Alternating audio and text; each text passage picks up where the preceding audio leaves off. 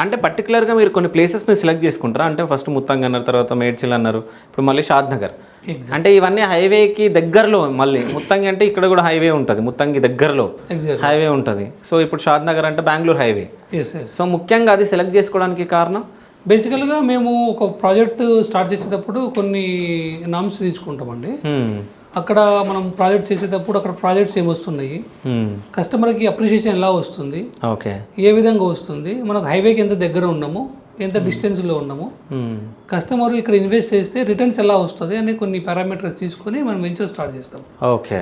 మేము తీసుకున్న ప్రాజెక్టులు ప్రతిదీ కూడాను దాదాపు 100 times పెరిగిన ప్రాజెక్ట్సే ఉన్నాయి. సపోజ్ ఎగ్జాంపుల్ మేము ముత్తంగి తీసుకున్నాం అనుకోండి, మేము 3000 రూపీస్ పర్ స్క్వేర్ యార్డ్ అమ్మాము. ఓకే. రైట్ నో వచ్చేసి 35,000 రూపీస్ పర్ స్క్వేర్ యార్డ్ పోతుంది. ఓకే. మా వెంచర్ దాదాపు 180 హౌసెస్ వచ్చినాయి మా ప్రాజెక్ట్లో. అలానే మేడ్చల్లో 2000 రూపీస్ అమ్మాము, ఈరోజు 30,000 నడుస్తుంది. ఓకే. సో మేము సెలెక్ట్ చేసేది ఏదైతే ఉంటుందో ఆ లొకేషన్ మెయిన్ ఇంపార్టెంట్. సిటీ దగ్గర ఉండాలి, హైవేకి దగ్గర ఉండాలి. నెక్స్ట్ 3-4 yearsలో కన్స్ట్రక్షన్ చేసుకునే విధంగా అలాంటి ల్యాండ్ని సెలెక్ట్ చేస్తాం మేము. ఓకే. సో దానివల్ల మాకు సేల్స్ కూడా ఈజీగా ఉంటాయి. మేము చేసిన 11 ప్రాజెక్ట్స్ కూడా ఇలానే ఉన్నాయి. ఆ 11 ప్రాజెక్ట్స్లో కూడా హౌసెసే వచ్చినాయి ఇప్పుడు మనకి. ఓకే.